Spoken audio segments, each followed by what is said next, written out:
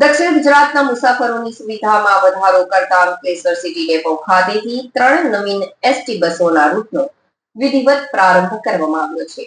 માનનીય મંત્રી ઈશ્વરસિંહ પટેલના વરદ હસ્તે લીલી ઝંડી આપી આ નવીન બસોને પ્રસ્થાન કરાવવામાં આવ્યું હતું. નવા શરૂ કરાયેલા રૂટમાં અંકલેશ્વરથી અમરેલી વાયા સારંગપુર પ્રારંભ કરવામાં આવ્યો હતો, જ્યારે અંકલેશ્વરથી છોટાઉદેપુર અને અંકલેશ્વરથી વાપીના રૂટ પર 2 નવી બસની ફાળવણી કરવામાં આવી હતી. જે નવી બસ સાથે કુલ 3 રૂટની બસને રાજ્યના મંત્રી ઈશ્વરસિંહ પટેલ દ્વારા લીલી ઝંડી બતાવી પ્રારંભ કરવામાં આવ્યો હતો. આ પ્રસંગે મંત્રી ઈશ્વરસિંહ પટેલે જણાવ્યું હતું કે રાજ્ય સરકાર છેવાડાના માનવી સુધી પરિવહન સેવાઓ પહોંચાડવા કટિબદ્ધ છે.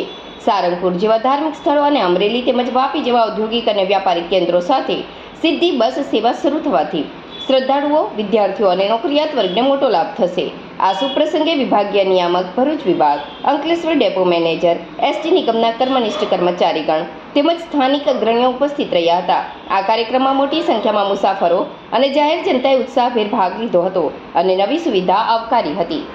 આદરણીય મુખ્યમંત્રી શ્રી ભૂપેન્દ્રભાઈ પટેલ અને આદરણીય ડેપ્યુટી મુખ્યમંત્રી શ્રી હર્ષભાઈ સંઘવીજીના સાનિધ્યની અંદર આજે અંકલેશ્વર ડેપો ખાતે 3 નવી બસો જે આપી છે, જે મુસાફરોના આવવા જવા માટે સવલતતા એક નવી આજથી ઊભી થઈ છે.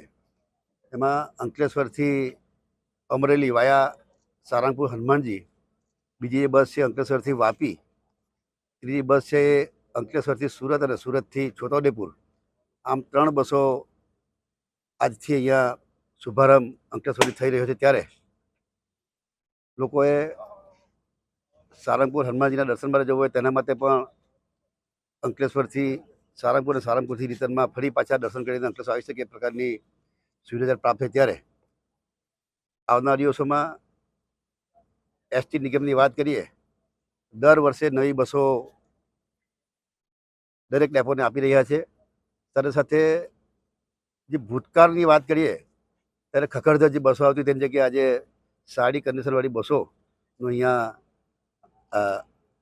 ગુજરાતની અંદર એસટી નિગમ દ્વારા મળી રહ્યું છે. અને ગુજરાત સરકાર પણ નિગમને સહાયરૂપ થઈને દર વર્ષે બસો નવી પૂરી પાડી રહ્યા છે. ત્યારે આ જનતાને આનાથી લાભ થવાનો, ત્યારે હું ખૂબ ખૂબ શુભેચ્છા પાઠવું છું અને રાજ્ય સરકારનો આ 3 બસો આપી છે બદલ એમનો આભાર માનું છું.